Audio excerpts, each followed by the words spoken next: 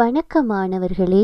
இன்று தரம் 8 கணித பாடம் தரவுகளை வகை குறித்தலும் விளக்கமளித்தலும் அலகு 27 தொடர்பாக கவனிப்போம்.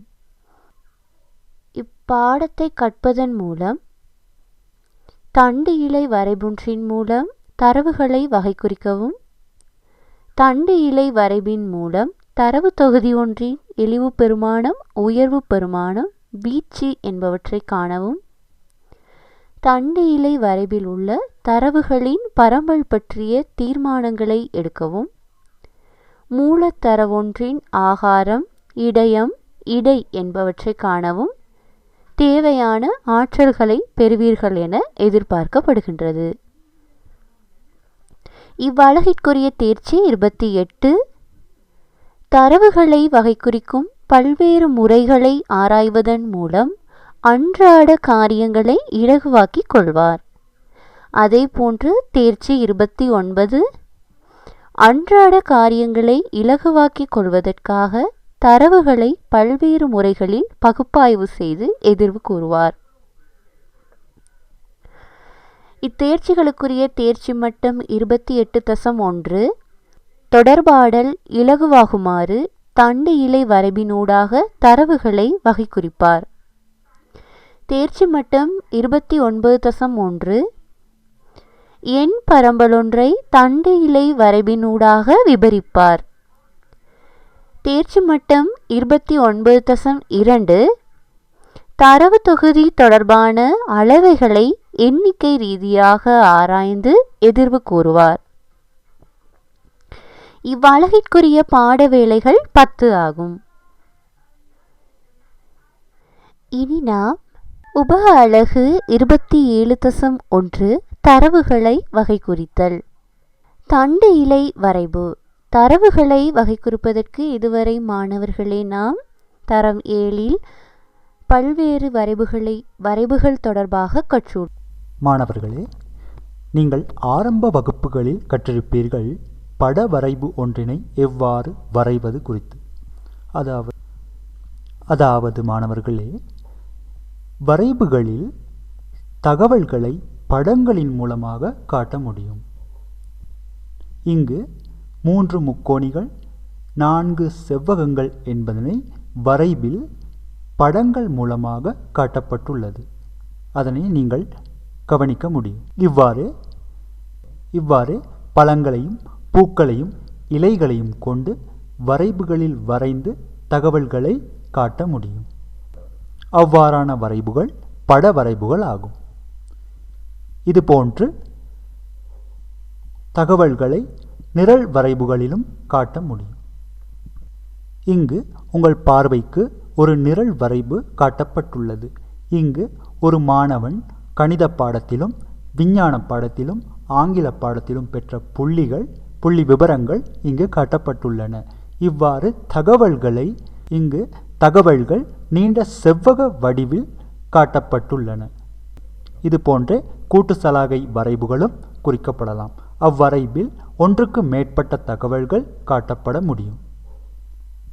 27.1 தரவுகளை வகை குறித்தல். தண்டு இலை வரைபு. தரவுகளை வகை குறிப்பதற்கு இதுவரை மாணவர்களே நாம் தரம் 7 பல்வேறு வரைபுகள் தொடர்பாக கற்றுள்ளோம். இங்கு இவ்வலகில் நாம் கற்கப் போகும் வரைபு தண்டு இலை வரைபு. தரவுகளை வகை குறிக்கும் போது தரவுகள் 0 to 99 வரை உள்ள பெருமானங்களை கொண்டிருக்கும் போது எண்களின் ஒன்றினிடத்து இலக்கம் இலையாகவும் 10 இலக்கம் தண்டாகவும் இரு பிரிவுகளாக எழுதப்படும். இதோ இலக்கம் 25 நாம் உதாரணமாக எடுத்துக்கொண்டால், இங்கு ஒன்றினிடத்திலுள்ள 5 நாம் இலையாக கருதுவோம். 2 என்பது 10 உள்ள 2 தண்டு என கருதுவோம். அதாவது தண்டு இலை வரைபில் தரவுகளை குறிக்கும் போது இரு பகுதிகள் காணப்படுகின்றன, தண்டு மற்றும் இலை. இங்கு தண்டில் குறிக்கும் போது 0 to 99 வரையுள்ள பெருமானங்களை எங்களோட ஒன்றினிடத்து இலக்கம் இலையாக குறிக்கப்படும், 10 இலக்கமானது தண்டாக குறிக்கப்படும். தரவுகள் 100 999 வரையுள்ள பெருமானங்கள் காணப்படும் போது இப்பெருமானங்களின் ஒன்றினிடத்து இலக்கம் இலையாகும் ஆகுமாறும் 100 10 குறிக்கும் இலக்கங்கள் தண்டு ஆகுமாறும் இரு பகுதிகளாக பிரிக்கப்படும். மாணவர்களே, உதாரணம் ஒன்றின் மூலம் இதனை பார்ப்போம். அதாவது 125 கருதும் பொழுது ஒன்றினத்து இலக்கம் 5 ஆனது இழையாக காட்டப்படுகிறது. அதுபோன்று 10 இலக்கம் 2ம் 100 இலக்கம் 1 அதாவது 12 ஆனது தண்டாக காட்டப்படுகிறது. இலைப்பகுதி எண்ணின் இடப்பெருமானத்தில் குறைந்த இலக்கத்தை மட்டும் குறிக்கும். 0 9 வரையுள்ள எண்களின் தண்டு 0 என கருதப்படும். மாணவர்களே, 1 தொடக்கம் 9 வரையுள்ள தனி இலக்கங்கள் கருதப்படும் சந்தர்ப்பத்தில் உதாரணமாக 5 கருதும் பொழுது 5க்கு முன்பு 0 இருப்பதாக கொள்ளப்படும். இங்கு இலையாக 5ம் தண்டாக 0ம் கருதப்படும். இதை 9 எனும் எண்ணை கருதும் பொழுது 9க்கு முன்பாக 0 இருப்பதாக கொள்ளப்பட்டு இங்கு இலையாக 9ம் தண்டாக 0ம் கருதப்படும்.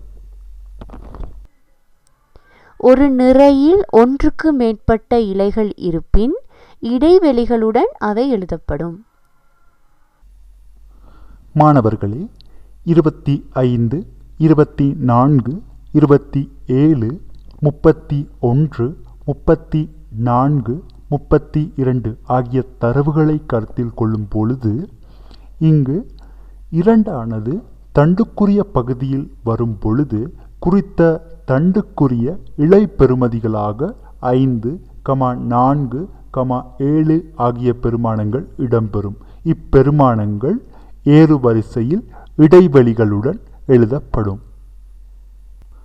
இதேபோன்று 3 எனும் பெருமானம் தண்டுக்குரிய பகுதியில் இடம்பெறும் சந்தர்ப்பத்தில் 3க்குரிய இலை பெருமானங்கள் 1, 4, 2 ஆகியன முறையே ஏறு வரிசையில் இடைவெளிகளுடன் எழுதப்படும். தண்டு இலை வரைவுக்கான உதாரணம் ஒன்றை கவனிப்போம்.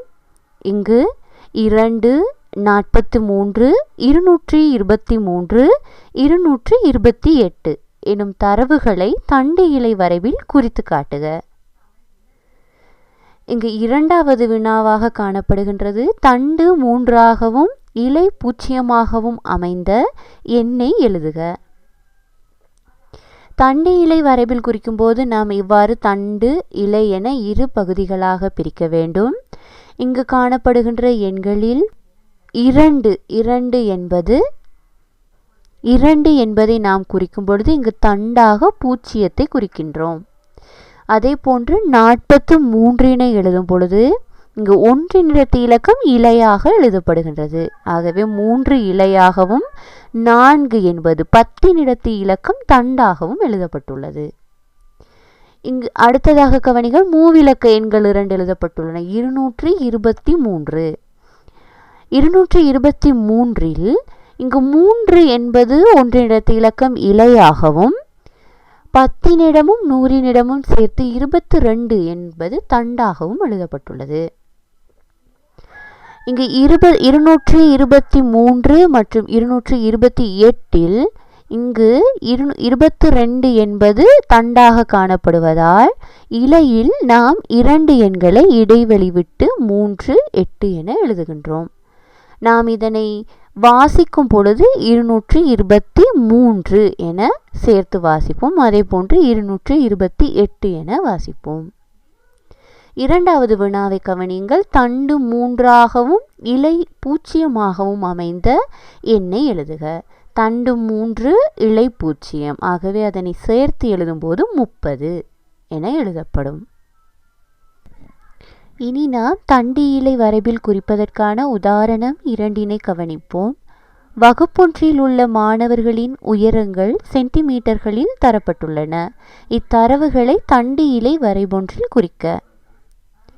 இங்கு உங்களுக்கு 29 மாணவர்களது உயரங்கள் காட்டப்பட்டுள்ளன. ஆகவே இங்கு 29 ஈட்டுக்கள் என கூறுவோம். ஒவ்வொரு பெருமானத்தையும் ஒவ்வொரு ஈட்டாக கூறுவோம். 29 ஈட்டுக்கள் இங்கு காணப்படுகின்றன. முதலாவது வினா குறைந்த உயரம் யாது, இரண்டாவது கூடிய உயரம் யாது, மூன்றாவது வினா தரவுகளில் நடுவில் காணப்படும் பெருமானம் யாது. விடைகளை பார்ப்போம். தண்டு இலை வரைபில் குறிக்கும் போது இலை பகுதியில் நாம் எண்களை ஏறு வரிசைப்படி எழுத வேண்டும். தண்டு இலை வரைபில் உள்ள விபரங்களை விளங்கிக் கொள்வதற்காக நாம் தண்டு இலை அட்டவணையின் கீழ் சாவி என குறிப்பிடுவதுண்டு.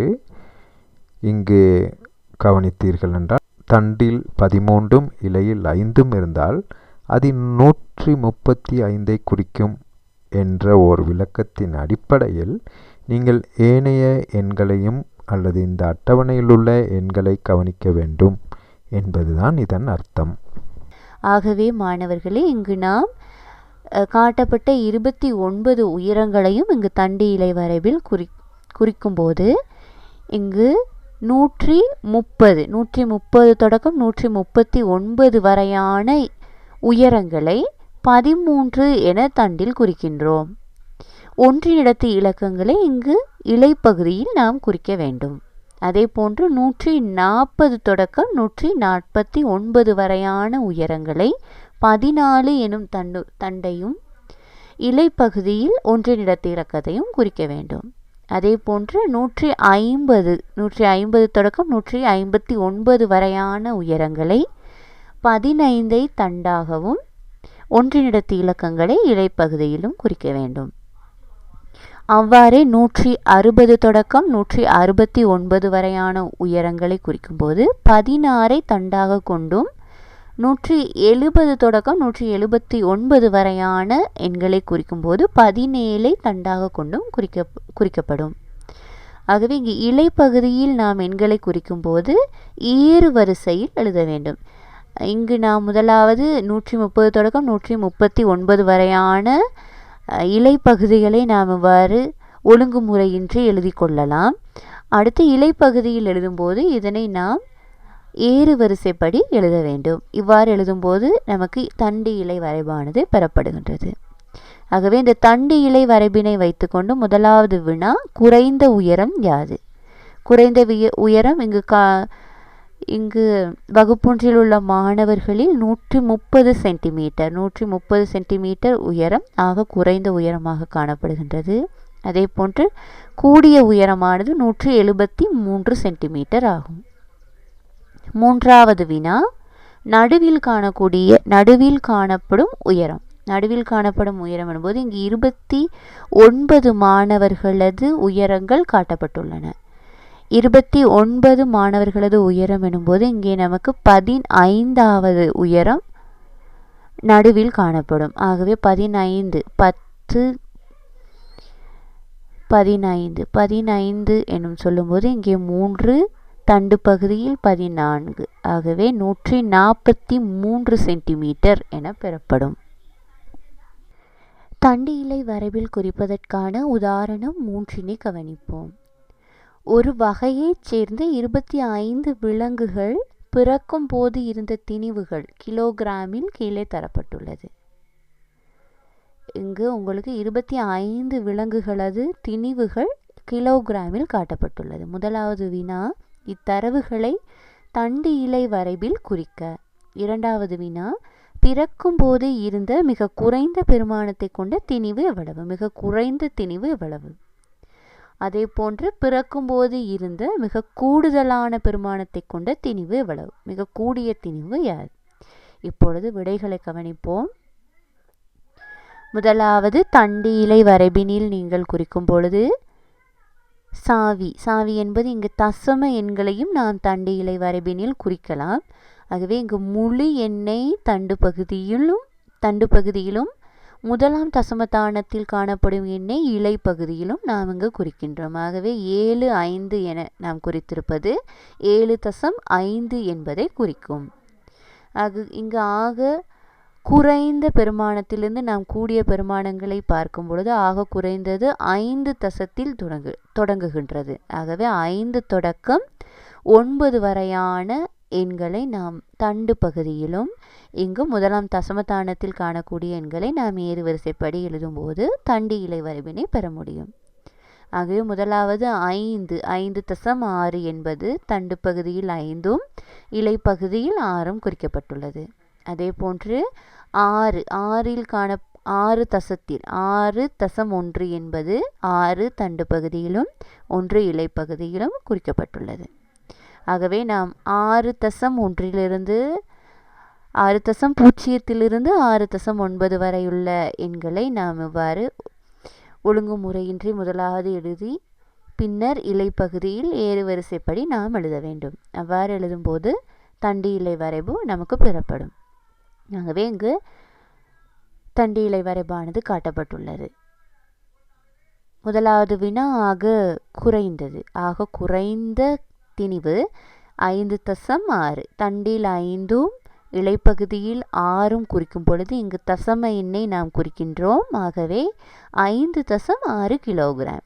மூன்றாவது வினா ஆகக்கூடிய பெருமானம். இங்கு தண்டு பகுதியில் 9ம் இலைப்பகுதியில் ஆகக்கூடியது இங்கு 8. 9இல் ஆகக்கூடியது 8. 9.8 கிலோகிராம். மாணவர்களே, தண்டு இலை வரைவில் தகவல்களை குறிக்கின்ற முறை தொடர்பான ஒரு விளக்கத்தை ஒரே பார்வையில் கவனிப்போம். இப்போது உதாரணமாக 2 என்ற இலக்கத்தை குறிக்கும் போது நாம் தண்டில் 0த்தையும் இலையில் 2ஐயும் குறிக்கின்றோம். இங்கு ஒன்றினிடத்தில் உள்ள இலக்கம் மாத்திரமே உள்ளபடியால் ஒன்றினிடத்தில் உள்ள பெறுமதி இலையாகவும் தண்டில் 0ம் குறிக்கப்படுகின்றது. அவ்வாறே ஒரு ஈரிலக்க எண்ணாக இருந்தால் ஒன்றினிடத்தில் உள்ள 3 இலையாக இருக்கின்ற அதேவேளை 10 உள்ள 4 தண்டாக காணப்படும். அவ்வாறே 223 எடுத்துக்கொண்டால் ஒன்றினிடத்தில் உள்ள 3 இலையாக இருக்க மிகுதி 22 என்பது தண்டாக காணப்படும். 7.6 போன்ற ஒரு தசம எண்ணை எடுத்துக்கொண்டால் தசம எண் முதலாம் தசம எண் இலையாக இருக்க அந்த முழு எண் தண்டாக காணப்படுகிறது. அவ்வாறே 27.4 எடுத்துக்கொண்டாலும் தசம எண் 4 இலையாக இருக்க 27 என்ற முழு எண் தண்டாக காணப்படுகின்றது. தண்டு இலை அட்டவணையை நீங்கள் குறிக்கும் போது எந்த அடிப்படையில் பயன்படுத்துகின்றீர்களோ அதனை சாவியாக நாம் குறிப்பிட வேண்டும். இதுவரை கற்ற விடயங்களை அடிப்படையாக கொண்டு மாணவர்களே பயிற்சி 27.1 உங்களால் இப்பொழுது செய்ய முடியும்.